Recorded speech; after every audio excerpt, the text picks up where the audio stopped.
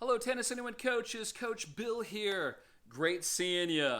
Hey, I hope you're doing great. I know it's been a challenging 3 months. It's been a restful 3 months, if anything, right? I'm excited that we're literally kicking tennis classes off next week in Yorba Linda, and then 2 weeks after that, starting the week of June 22nd, at a lot of our other locations. You probably already know from my email that we do have a few locations that are still on hold. I'll update you shortly with any new information regarding those locations.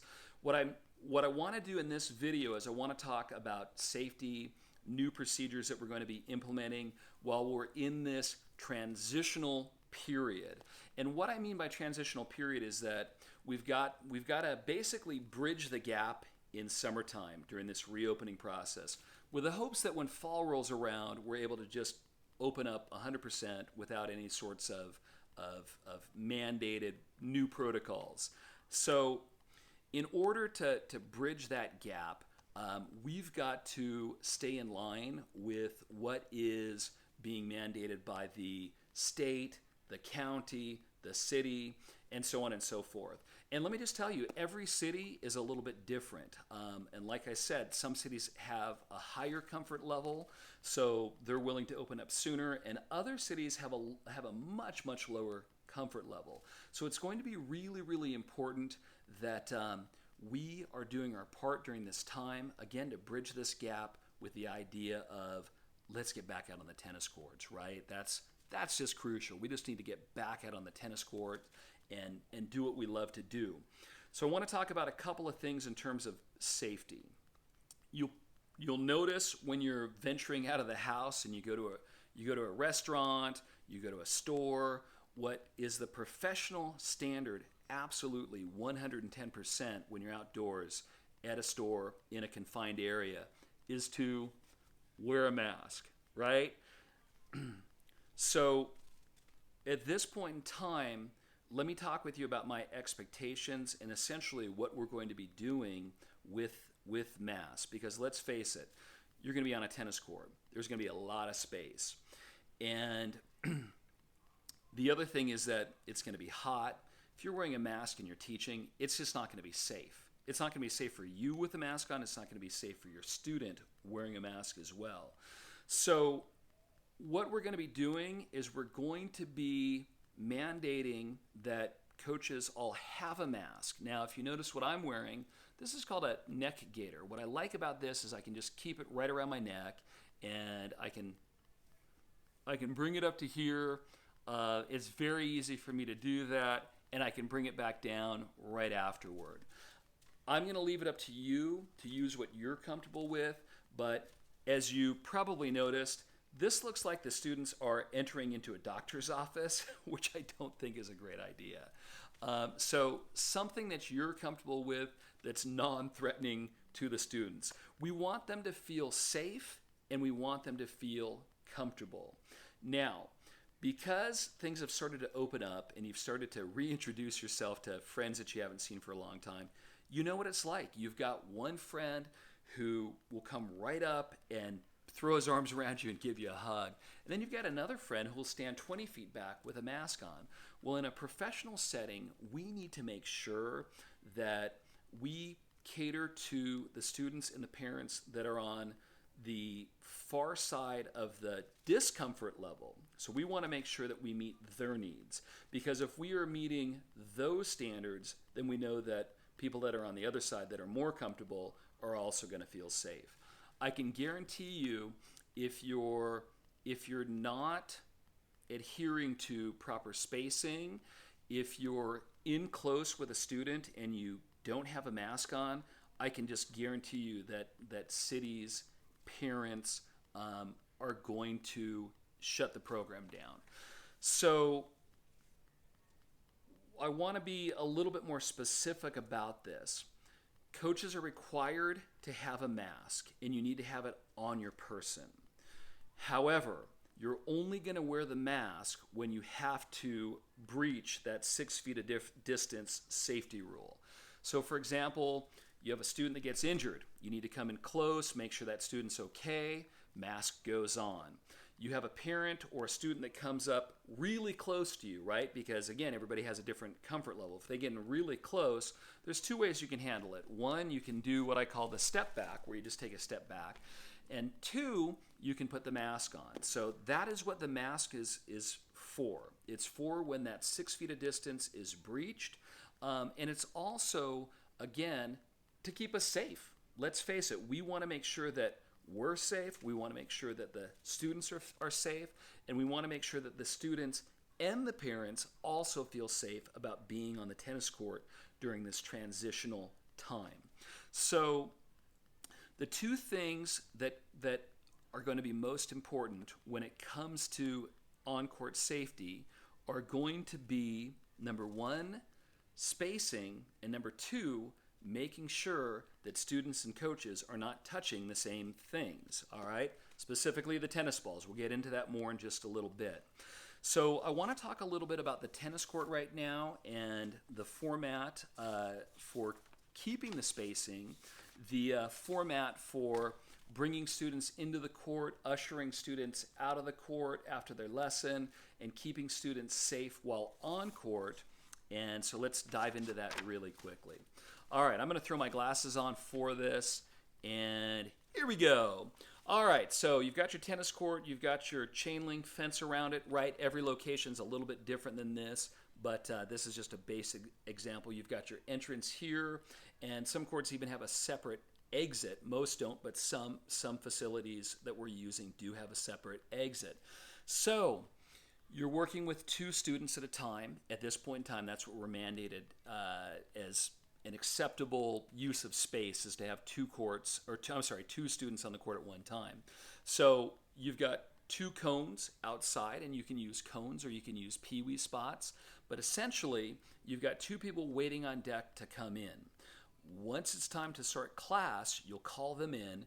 One of them will come over to this station and put their stuff down. The other one will come over to this station and put their stuff down. I would use a cone in these 2 station areas as well so that they understand. As a coach, you're going to have to be very, very proactive. As you see people walking up, you'll shout out to them, "Hey guys, Coach Bill here. Make sure to wait outside at the waiting stations and make sure that your cones out here are, again, at least 6 feet apart." So once the lesson starts, there's going to be 2 formats that we're going to be using with 2 students. So here is the first format. And again, tennis court's a big area, so it's easy to keep that 6 feet of distance. But this is format number 1. This is you, and you don't have to stay here. You can roam over to here in the middle of the court. You can feed balls this direction, basket fed, and at the same time from here, feed balls this direction, basket fed. You can feed from here, and the students can do live ball. You can even have the students close to the service line while you're here, and they're doing mini tennis. All of that works provided that, again, as the coach, you are really on top of maintaining that 6 feet of distance space between not just you and the students, but the student and the student. All right? If you call everybody up to the net and student 1 walks right up to the net, student 2 walks right up to the net, there's an interesting phenomenon that happens with barriers. Because there's a barrier here, which is the net, the students feel safe because they're in different areas. However, they could literally be a foot apart from each other standing at the net, and you could accidentally breach that barrier space of 6 feet too. So again, crucial as the coach in charge of the court, make sure that that 6 feet of distance is maintained at all times. So here is the second position where you as the coach are feeding from here. We've got student 1, we've got student 2, but the problem is that if we don't create a gap in between, these students are going to drift towards each other. If there's a ball in the middle, you might have 2 students that are running towards each other. After the drill is over, you could have the 2 students, kind of walk up to each other. So you'll make an area using cones that is a 6-foot gap. Now, if you noticed, this student is literally standing behind the alley, and this student is standing behind this alley. So you've pushed the students further out, again, to create that room. That'll give you also your 6 feet of gap space here to create that in-between gap space. Ideal situation for feeding basket fed. Now, if this was a peewee situation, what I would recommend is having a peewee spot here for this student, having a peewee spot here for this student, and I'd recommend that you're actually standing on this side of the court, but at all times maintaining that distance.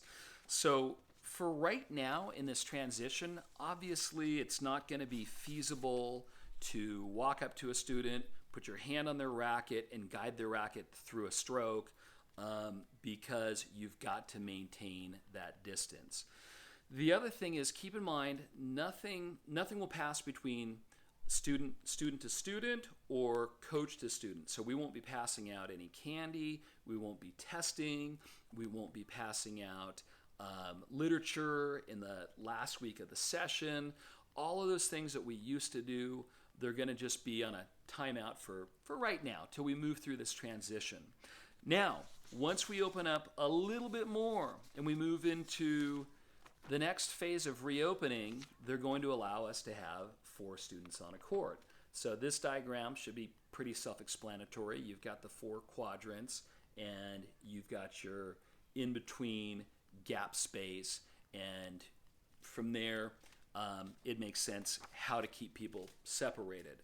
But one of the crucial things is going to be ball pickup, because during ball pickup, you've been the only one actually feeding tennis balls, so you're the only one touching tennis balls. But during the pickup, you're going to have a lot of students that just naturally walk to the balls to pick them up. That's what they've always done. That's what we've trained them to do. So in this situation, what we're going to do is this. We're going to have students push the balls to an area with their feet or their racket without touching them with their hands. In this situation here with 4 students, player 1 will push the balls to this fence. Player 2 will push the balls to this fence. 3 and 4. You don't want to have them push the balls into their station area. So if this is where, player 3 has got their setup and their beverage and their towel or what have you, you're not going to want to have them push balls into that area. So you are going to be the only one that ever touches the tennis balls. Hand sanitizer. It's just better to have it. It's better to use it. It's better to encourage the students to use it. So make sure you have hand sanitizer with you. I'm going to be sending out an email to parents to remind them to bring hand sanitizer. Make sure that you're reminding students and parents to bring hand sanitizer, so in between drills they can use hand sanitizer. Again, right now it's a lot, right? We went from no rules to lots of rules, but let's face it, we've got an opportunity to open up. We want to keep you safe. We want to keep the students safe. If we're not careful, and if we're breaching that distance, and we're just treating the situation like it was before any of this started, we're going to get shut down. It just is the case. You're going to have parents that are way more on guard. You're going to have students that are way more on guard. You're going to have the cities that are way more on guard. And so the chances of complaints regarding safety are they're high. They are high. So it behooves us as the coach to make sure that we create a safe environment that the parents feel safe with, that the kids feel safe with. And again, not the kids and the parents that are least concerned about the virus, but the kids and the parents that are most concerned about the virus. Now, keep in mind, if they were extremely concerned about the virus, then they're not even signing up for class. So there's a little bit of comfort level that we have to work with them, but we need to honor that as coaches and make sure that parents feel comfortable, kids feel comfortable, and I and you need to make sure that coaches, that you feel comfortable and you feel safe. So those are the main things that I wanted to chat about for the time being. Again, keeping space is going to be crucial at all times, number 1. Number 2, there are no mutually touched items, whether it's tennis balls, whether it's handouts, all of that at this point is on hold. With all of this in mind, I'm grateful for the opportunity to get back out to the courts. I'm grateful that we have an opportunity to bridge this gap right now, and I'm extremely hopeful that things will go back to a greater sense of normality once we get to fall. And so at this point in time, thank you for your willingness to dive back in. And we'll take it one step at a time. If you have questions, if you have concerns, let me know. My goal is to make sure that you're safe, that the students are safe. And so if there are things that are coming up at the court that we need to problem solve, again, we're doing this for the first time in 30 years. I've never ever had to make adjustments like this. So there are going to be things that come up. Please feel free to communicate with me about those so that we can problem solve together. Thank you so much, guys. Tennis Anyone rocks. Grateful for this opportunity. And thank you, thank you, thank you. Let's do this.